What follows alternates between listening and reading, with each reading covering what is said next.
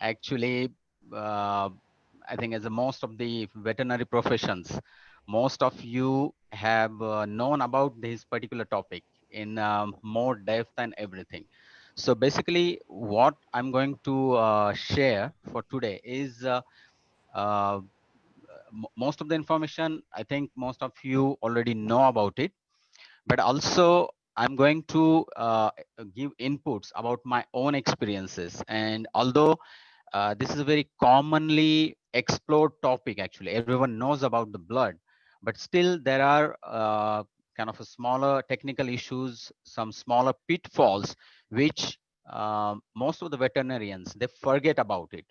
So it's a little bit of revision of those things, and kind of trying to help the veterinarians specifically while dealing with with these most of these hemogram or the hematological findings, which could help them to for the better understanding of the disease process, for the better diagnosis, and especially in those areas or in those setups where only CBC is the only test available at their hand. So from the simple test, how they can gather most of the valuable information, most important information, and make good use of it. So in a way, it's a vast topic actually, although it's discussed on so many occasions. But when we say hematology, here basically we are talking about everything from the blood.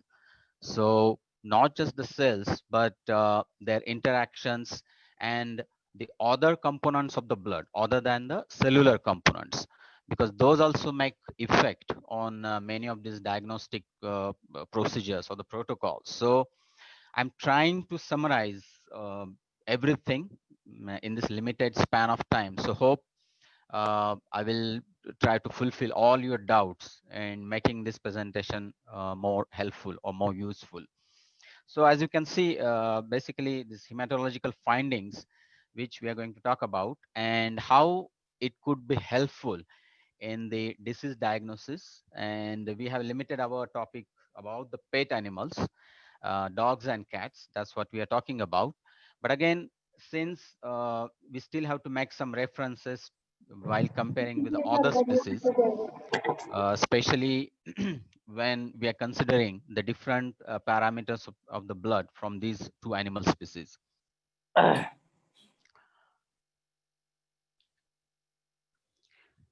So hematology, that's more a technical name. And in a simple way, it's basically evaluating the blood. So it's very common, or the layman's terminology, like evaluating blood. But that's what we really do with the when we perform a hematology on the particular blood sample. So most popularly, it is known as CBC, as you know, like complete blood count. And as I said, this is a most simple, most commonly available test. Um and but on many occasions, we are not sure like why to run a CBC. Sometimes it's just a patient is coming to your clinic and we want to run a CBC. But once you understand what a CBC can give you or how it's helpful from the practice point of view or from the clinical setup point of view. So remember that CBC is very a generalized test, but that can give you a broad overview of the like overall health status of that particular animal species, especially like in dogs and cats. Uh, and on many occasions, it can be used as a general health checkup because it can give you some basic information about the different organ systems in a simple test. Now, definitely it helps in the disease diagnosis, especially from the sick animals. And on many occasions, it can give you a specific diagnosis, like what could be the cause behind all those clinical symptoms. For example, as it happens in certain hemoprotozoal infections or certain bacterial infections, the changes are so peculiar.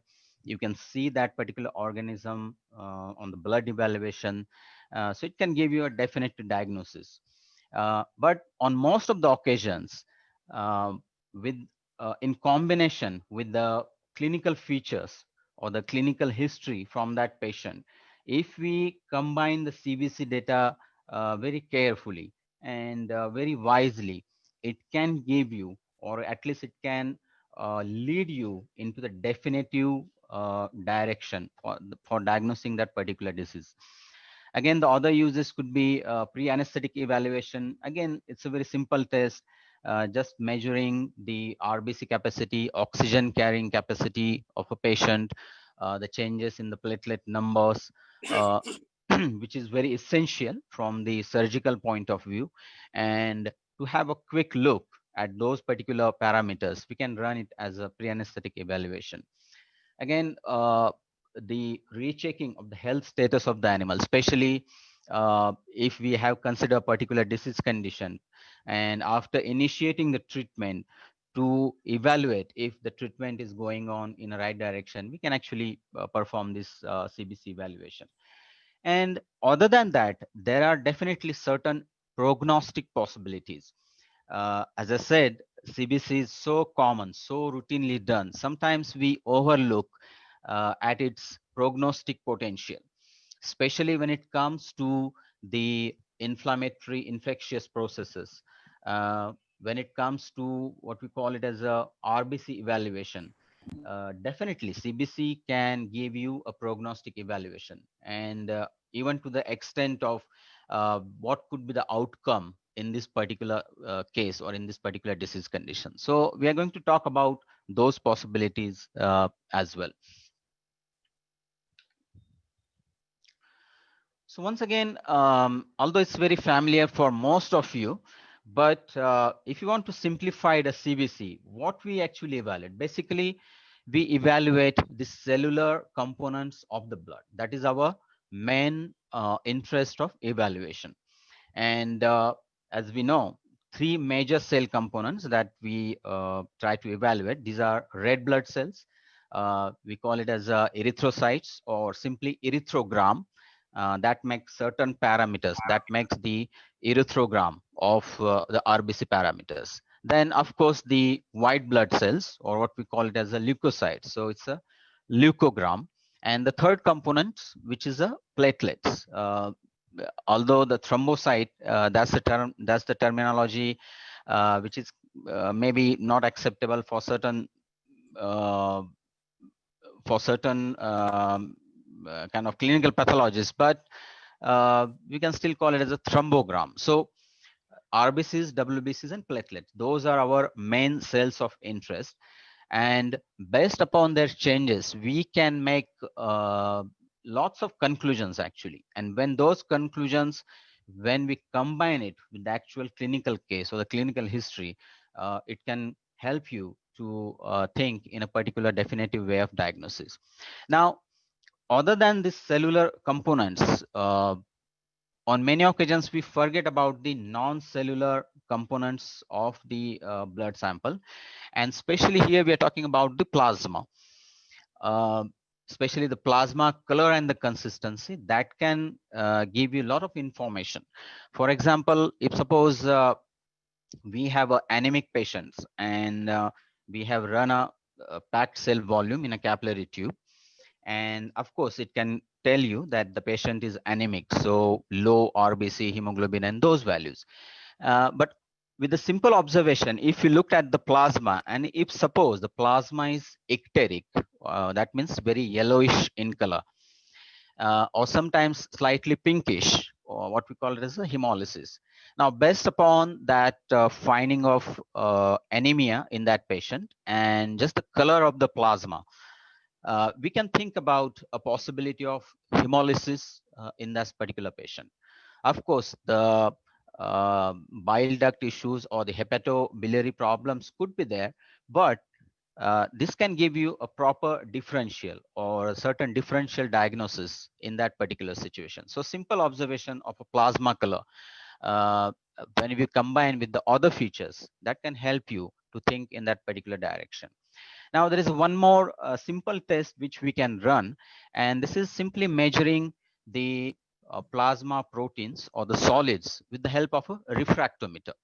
Again, if we have a spun capillary tube, where we can actually break the tube and just take the plasma portion on the refractometer and check for the total protein.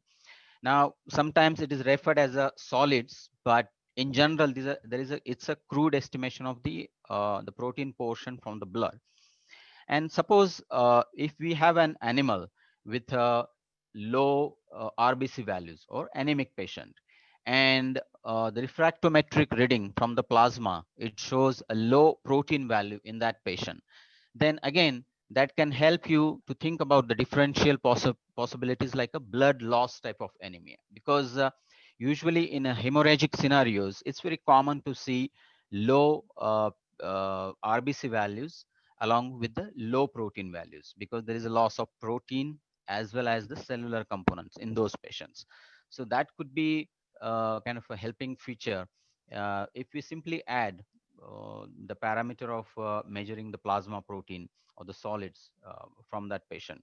So remember that we are not just interested in the cellular components. Of course, that's the important part, but always try to look for some other non-cellular features as well, because these simple observations can help you to minimize your list of differentials and maybe prompting you to take the appropriate further diagnostic testings in those patients.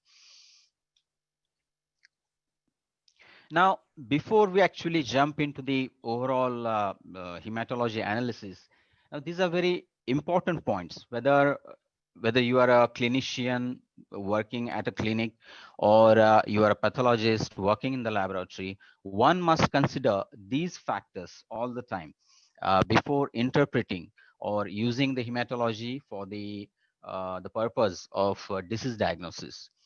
Uh, Remember that we always look for the cell numbers. Now, this includes the total count of RBCs, total count of WBCs and platelets, but also the volume, the total volume of these cells, especially the red blood cells and the platelets. That can be also taken into consideration. And that is also very helpful uh, when we consider the hematological evaluations.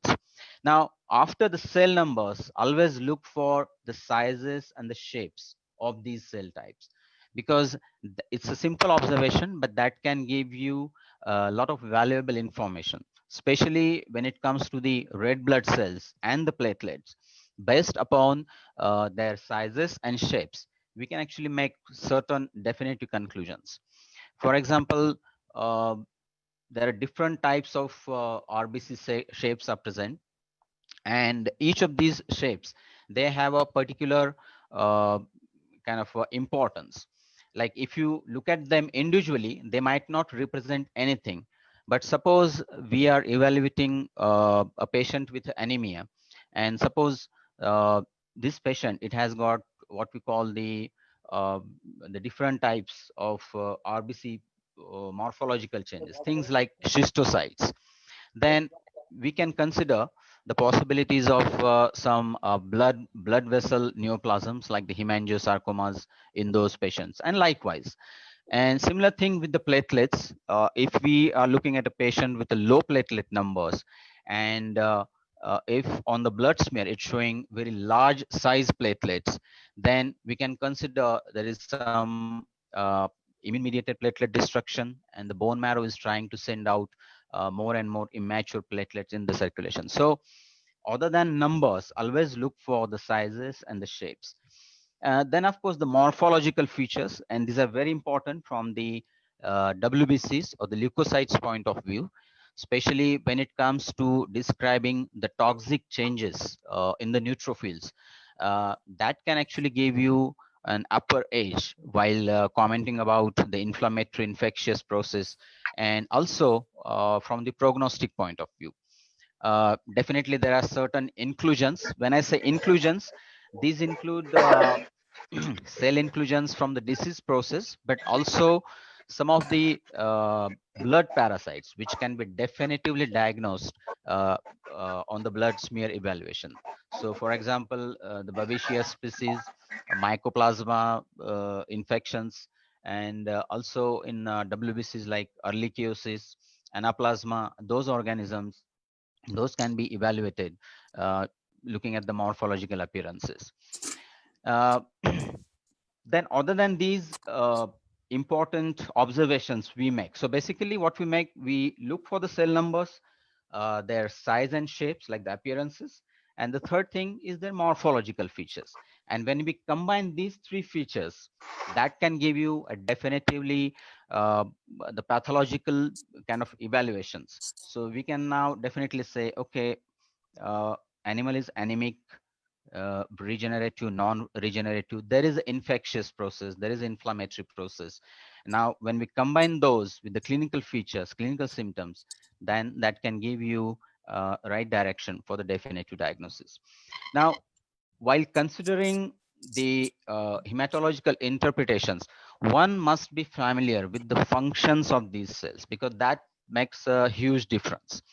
As all of us know that for the RBCs, their main function or is like the oxygen carrying capacity and their connection with the hemoglobin. So based upon that, actually, we can make a diagnosis for the anemia and likewise. Whereas when it comes to the WBCs, remember that these are what we call as basically the our defense cells or the body's defense cells, and they particularly participate into inflammatory reactions or the inflammatory processes. And once you understand each cell type's functions, based upon that, you can make the certain interpretations. Like as we know that the neutrophils, which is the major cell of inflammation, first line of defense. So their main function is phagocytosis and initiating or participating in the inflammatory process. So if we see changes in the neutrophil numbers, one can think about a possible uh, inflammatory infectious process, maybe most likely bacterial type of etiologies. Of course, there are other etiologies, they can also perform the neutrophilic type of inflammation. Then when it comes to the eosinophils and basophils, their their connection with the allergic type of reactions, parasitic infestations, uh, one should one should remember that part. And if there changes in their numbers, the first thing we can think about is the possibilities of some internal parasitic issues, allergic inflammatory disease conditions. These are the very common ones. Lymphocytes, as we know, these are primary cells of the immune system or the immune cells, and their major role is in the antigenic stimulation or in the antibody production. Whereas monocytes, which are part of what we call the mononuclear phagocytic system, and they perform multiple functions, but their major function is phagocytosis. So usually when there is a demand, increased demand for the phagocytosis, as it happens in the necrosis, chronic inflammatory reactions, you will see the changes in their numbers. And of course, the platelets, their role in the hemostasis, one should always remember. Now, the changes in these components, that can help you to think in that particular etiological scenarios, and again, in a broader sense, to think about the possible etiological factors. Other thing one should consider is the lifespan of these cell types. Remember that for the RBCs, as we know, like in dogs and cats, in dogs like around 100 days, and in cats maybe a little bit lower than that. But after that particular lifespan, there is a kind of a continuous RBC destructions, and the new RBCs, they come into the picture. At the same time, the bone marrow, it also has a different regenerative capabilities. Now, we can use this particular factor while interpreting or while commenting about the regenerative response from the bone marrow in the cases of anemia, because that's very important factor when it comes to the diagnosis and the treatment in that patient. Likewise, you can compare the lifespan of neutrophils, eosinophils, and lymphocytes. So neutrophils, usually they might live in the circulation for 24 hours, and after that, they leave to the site of inflammation.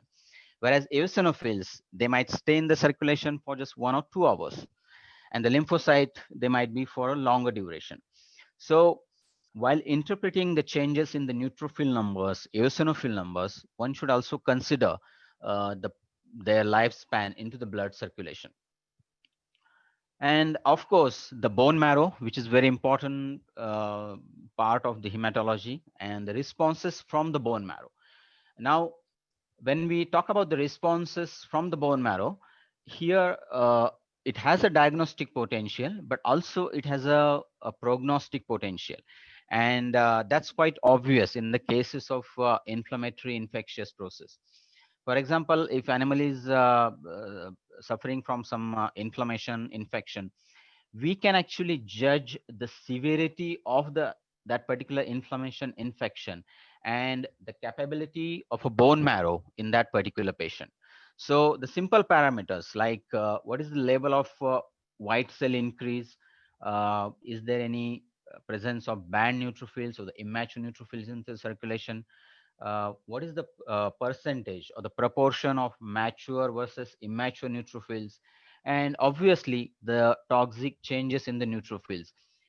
Now these observations that it can help you to actually make a prognosis in those particular patients. So usually an animal with a very degenerative response with the leukocytes, suppose the animal's health is deteriorating, and at the same time if we are seeing not a proper WBC response, more banned neutrophils, more toxic neutrophils, then we know that the animal is going to succumb for that particular infection or that particular inflammation. So the responses from the bone marrow, that is also another part one should consider.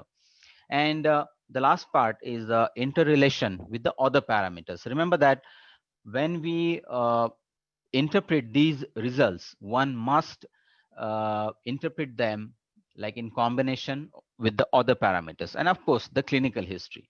Never try to evaluate or interpret an individual parameter from the hematology. So as I said, a packed cell volume along with the protein value, along with the mean corpuscular volume, that's MCV, MCHC, then the total protein value along with the total WBC counts. So that combination, the relation is very important while making some fruitful conclusions from the this hematological analysis. Now, the two cautions which we most of the time we make some mistakes while interpreting these hemograms. The possibility is that this is very simple test.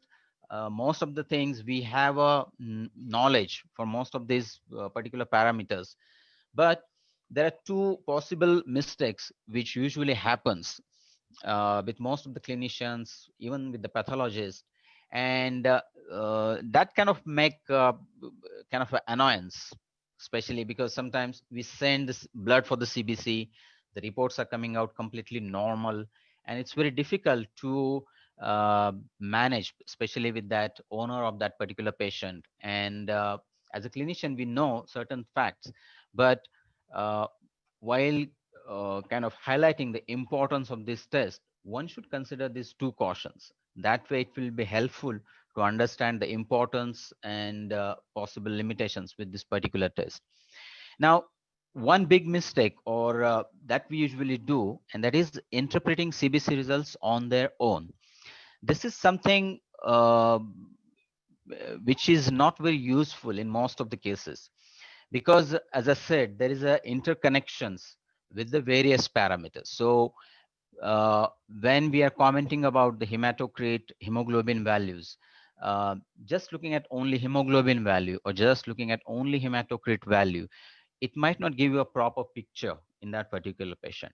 But if we combine these parameters with the other parameters like the MCV, MCHC, even the total protein, now that makes a proper sense in that particular case.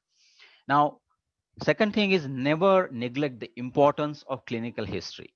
Now, without clinical history, CBC is almost useless, I'll say. Like, it's very difficult to move in any particular direction if you don't have any proper clinical history in those particular patients. Then third thing, one should understand the dynamics of the blood circulation, especially this is very true about the white blood cells because there are different blood pools. When we say WBCs, remember that we are talking about the WBCs only present in the circulation. But other than circulation, there are two other pools one should always remember. The first thing is the bone marrow pool, where these WBCs or these cells are produced. Then they come into the circulation. So what we are commenting about is only the cells from the circulatory pool. And then the final thing is when they move into the tissues. So there is a tissue pool. Now, the changes in these different pools, that makes a huge difference uh, before we comment about any of these results. For example, it's a simple case of what we call it as a epinephrine response or the excitement response. Remember that in excitement or under the influence of epinephrine, it causes splenic contraction, and a large amount of blood is now moved from spleen, that's from the tissue pool, into the circulation. And suppose we have collected the blood at that time, then we might expect to see increase in all cell parameters. Now that's just a like a momentary, but if we make a conclusion, now it looks like inflammation, it looks like dehydration, then maybe we are wrong in that particular scenario. Similar thing can happen in the cases of acute infections or acute bacterial infections. Remember that we know with the bacterial infections, there is increase in the WBCs, increase in the neutrophils and other changes. But suppose it's a septicemia, acute septicemic kind of bacterial infection. Now, in that case, what happens that all these cells, they move from the blood circulation and directly go to the site of inflammation. So there is a sudden loss of cells from circulatory pool to the tissue pool. And if we collect the blood at that time, we'll we will actually we will see the decrease in the WBC counts.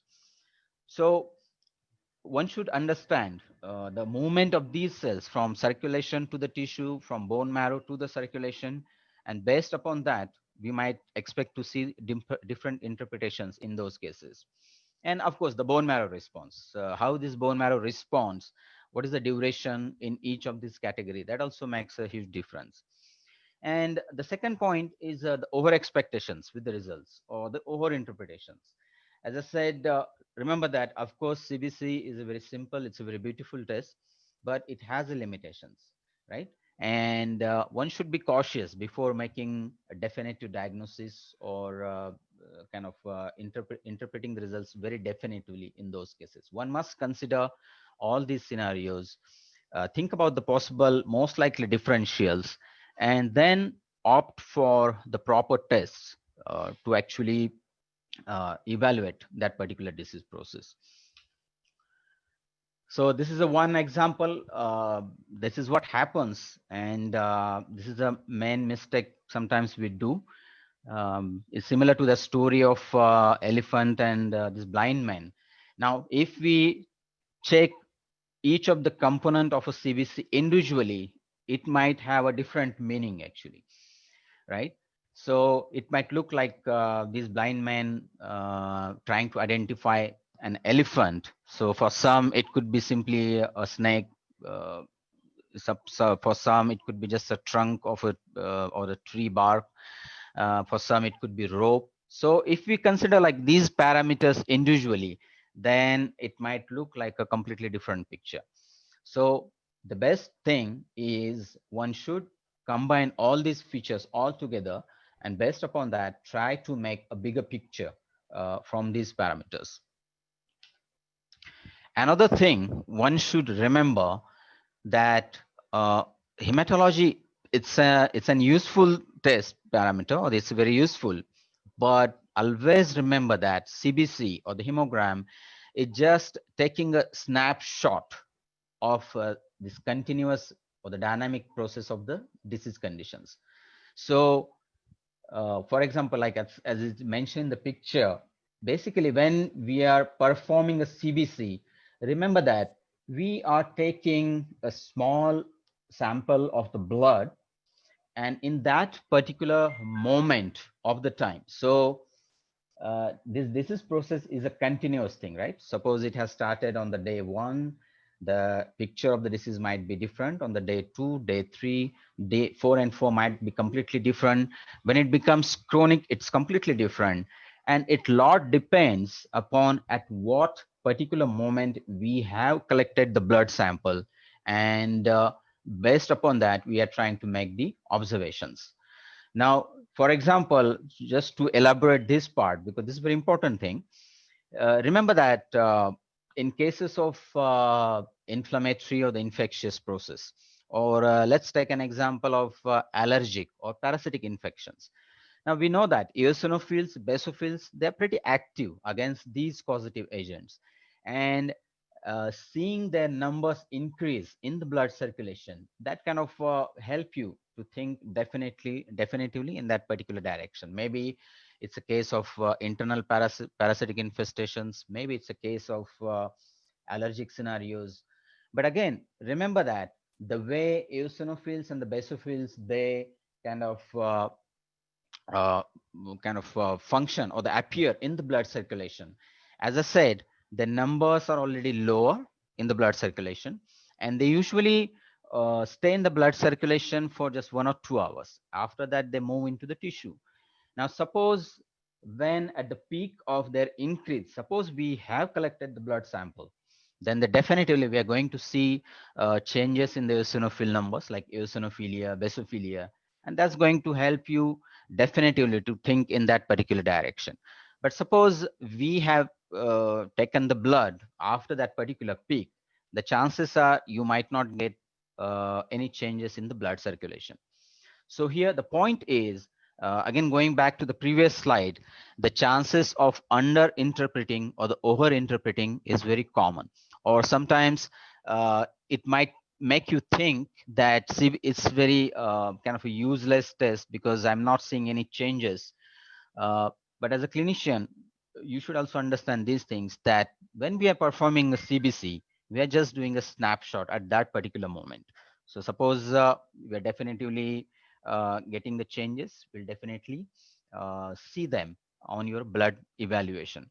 Now, this particular message, we can actually transmit this to the owner of the patients as well, because this is a common problem. Like owners of these patients, they agree to kind of like perform this CBC for their dogs or cats, and we send it to the labs perform it, and most of the parameters, they comes out as a normal.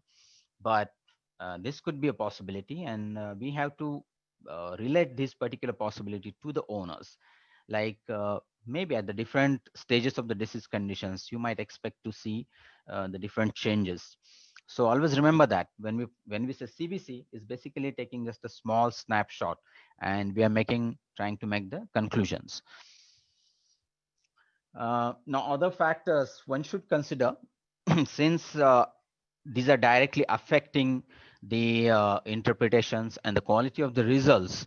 Uh, Again, this is a another important part, although it's very subtle or very small thing, but the collection and the handling of the sample, it makes a huge difference. So always remember, because it can produce analytical errors, and that can also again change your interpretations completely differently. So a proper collection and the handling methods for the CBC samples is a very essential thing. So using the proper collection tubes, proper mixing of the samples, as you could see in this picture, these are the blood rollers. Even after collection of the blood samples, one should not directly go for the analysis.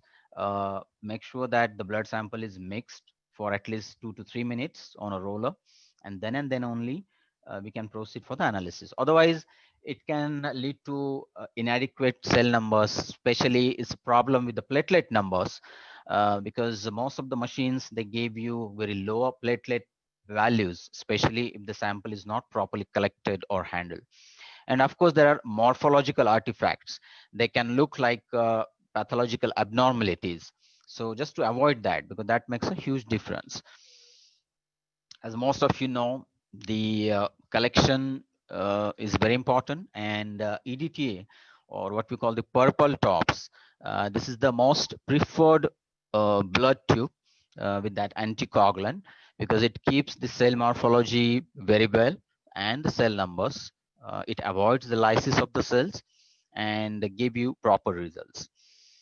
Again, while using these particular EDTA tubes, make sure that the volume of these anticoagulants to the blood is very important. Suppose if we put a low blood volume, suppose it's a tube of like 5 ml, and if you are collecting only 1 ml, 1.5 ml blood, then again it can lead to a lot of artifactual changes in those particular analysis, especially there is a false increase in the plasma protein ratios, or the changes in the packed cell volume and the RBC counts. And of course, definitely morphological artifacts, the clumping of the platelet, that's again very common problem if we have an improper ratio between the blood volume and the tubes. Now, when it comes to the basic parameters for the hematology, again, as I said, again, here we are not talking about just the individual analysis of these parameters. Each of these parameters, these are very important if we interpret them in a combination, because that makes a kind of a good sense while interpreting the these overall hematology results. Now, there are some individual parameters that they can give you some idea, like changes in the PCV, hemoglobin. Yes, definitely you can think about the anemia. Changes in the total leukocyte numbers, you might think about the possible inflammatory causes. But again, those are more of assumptions. But if you combine them all together, that will help you in a proper interpretation. So with the RBCs, we know that the major parameters are the checking the volume, the packed cell volume, or the hematocrit of the total RBCs, total RBC counts, and the hemoglobin percentage, because that can help you to think about the primary RBC changes. Now, other than these, we also look for some other indices, especially the MCV, mean corpuscular volume, MCHC, then RDW. Now, RDW, it is often neglected on many occasions, but it's very small parameter, but quite helpful, very useful. And the reticulocyte counts. Now, especially these last 5 of them, MCV, MCHC, RDW, RBC morphology, and reticulocyte counts. These are very helpful to comment about the bone marrow response to that particular anemia or the changes in the RBC parameters. So always use this combination. Just don't stop at the animal is anemic. It's without any use unless you further go and decide what type of anemia is present. Can you comment about the responses from the bone marrow? Then that makes a good sense of that particular erythrocyte or the RBC parameters. Then second thing is obviously the leukocyte parameters or the WBCs. Again, here the total counts are very important, followed by the differential count. So we are interested in looking at the total WBCs, but then further down, we try to evaluate the each components of the WBC, especially these 5 major cell types: neutrophils, eosinophils, basophils, lymphocytes, and monocytes. Because best, as we know, like what they function, based upon that, we can actually comment about the possible etiologies in those particular patients. And of course, very important, the morphology of these cell types. It's quite useful, especially identifying some infectious diseases, as well as prognosis, inflammatory infections, and also in certain cases, the neoplastic disorders in those patients. And then finally, the platelets or the thrombogram. It is mainly useful to comment about the hemostasis or the blood coagulation capabilities or the diseases in those patients. So again, here we evaluate the total numbers. Now again, when we say total numbers, here we are talking about the automated counts, but also one must perform the estimated counts, especially looking at the blood smear and commenting about the platelet numbers. The combination of these two is very helpful that can avoid the major artifactual problems as well. Now, other than that, again, we don't pay that much attention to this MPV or the platelet crit or the PCT values. But if we use these MPV values along with the total numbers of the platelets, it's quite very useful to know the status of platelet production in those animal patients. And then, of course, the morphology of these platelets. Like, as I said, if we have a low platelet numbers, but seeing larger size platelets, then the chances are the bone marrow is responding to some platelet destruction by sending out more immature or large size platelets. So that's a good indication.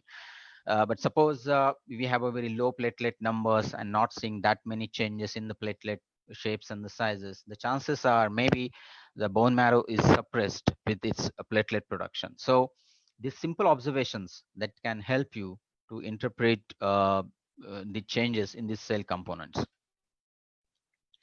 Now, again, uh, when we are talking about the hematology, remember that we always talk about the cell number, cell counts, but the blood smear evaluation, that is the must part of any of the hematological analysis. No matter what kind of sophisticated automated system you have to perform all these parameters, blood smear evaluation, there is no excuse for the blood smear evaluation. One must perform a blood smear evaluation. So make it as one should make it as a mandatory for any lab, any clinical setup, that along with the fully automated analysis, a blood smear evaluation is a must thing, because it's very important to evaluate the certain morphological aspects and certain cellular aspects which can be performed only and only with the blood smear evaluation.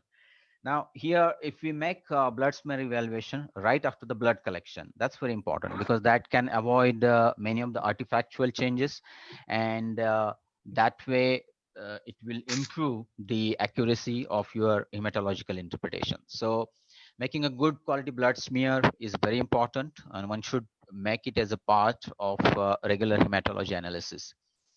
And this is the reason, because most of the CBC analyzers, uh, they do not give you the information about the specific morphological changes or the specific cell types. Uh, even um, the best example here is the in scenarios like the toxic neutrophils. Up till now, I think none of the sophisticated automated analyzer, they are able to give you any idea about the toxic changes of the neutrophils. Instead, some of the analyzer, they can count these toxic neutrophils as eosinophils or as monocytes, and that might give you a wrong kind of evaluation of these cell types. But looking at the blood smear, if we come across these banned neutrophils, toxic changes, or the toxic cells, that makes a huge difference, because now, uh, in combination with the increased numbers of the total white cells and these morphological changes present with the neutrophils and other cell types, now we can confidently talk about what level of infectious inflammatory process is happening in that patient, how the bone marrow is responding in that patient, and based upon that, we can think about a proper prognosis, diagnosis in those particular patients. So the blood smear evaluation is a very important part of hematological analysis. Now, talking about the red blood cell evaluation, the main use or the main purpose of RBC evaluation is to, in a simple way, to decide whether the animal is anemic or not. That is the main purpose. Now, here, when we talk about the total RBCs, hemoglobin, and the hematocrit, or some call it as a packed cell volume, basically, these are termed as the primary RBC indices, and they will help you decide whether the animal is anemic or not. So, if suppose we have a patient with the lower values for the RBCs, hemoglobin, and this packed cell volume or the hematocrit, then we think about the anemia. Now, from anemia, now that's your kind of a primary conclusion that the animal is anemic. Now, while coming to the point of a definitive diagnosis, one has to decide, okay, what could be the most likely causes of anemia, especially in these animal species. Then, no matter what is the etiology, but these are the three major categories or three major etiological factors which are responsible for reduction in these RBC indices. The first thing is, of course, the hemorrhagic possibilities, so blood loss type of situations. And here we can think about, is there any history of accident, injuries in those patients, GI, gastrointestinal ulcers, the internal parasites, especially in the young animals, that can be the cause behind the blood loss. There are certain bleeding tumors like the hemangiosarcomas. They can also produce the blood loss. And of course, the defects with the coagulation system. So these are the major kind of differentials you can think of. And from there, you can actually move towards a specific diagnostic test for each of these disease category. Now, the second possibility could be the hemolysis or the RBC lysis.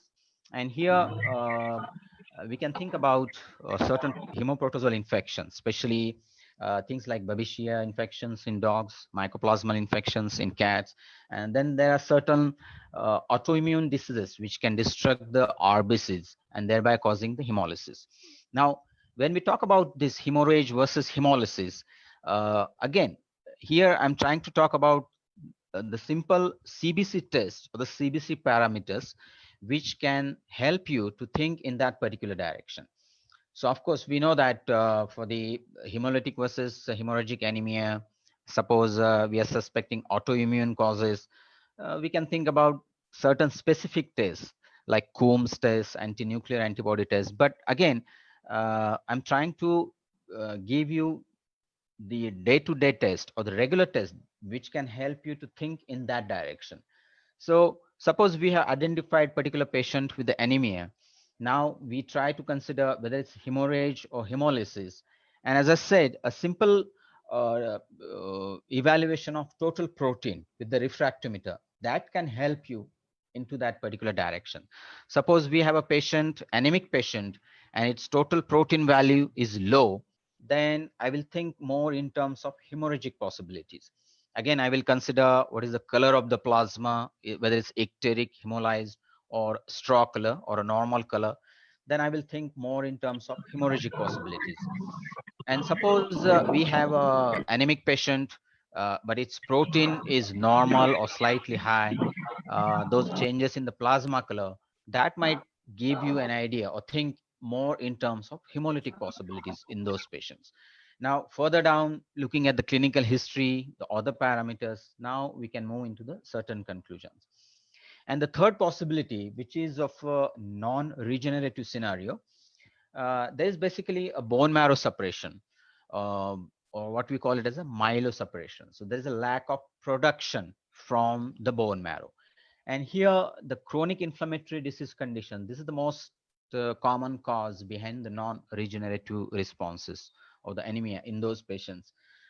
Then followed by certain bone marrow neoplasms, or the possibilities of what we call the myelophthisis, where one particular cell increases and thereby overcrowding the bone marrow.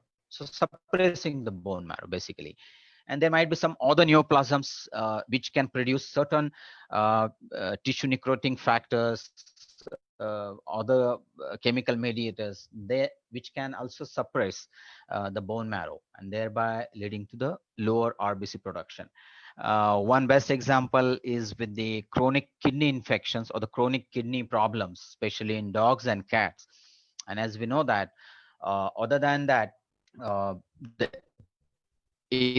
erythropoietin production, the kidneys, they play a very important role. Erythropoietin is very important, which acts on the bone marrow and thereby producing the RBCs. So with the chronic inflammation, although there is already erythropoietin production is reduced with the kidneys, and thereby there is a lack of RBC productions. Now, other than that, there is another possibility which can happen with the chronic inflammations, and which is called as the iron sequestration. So with the chronic inflammation, most of the iron got trapped inside the monocytes or the macrophages, basically. So it is less available for the bone marrow. and thereby causing non-regenerative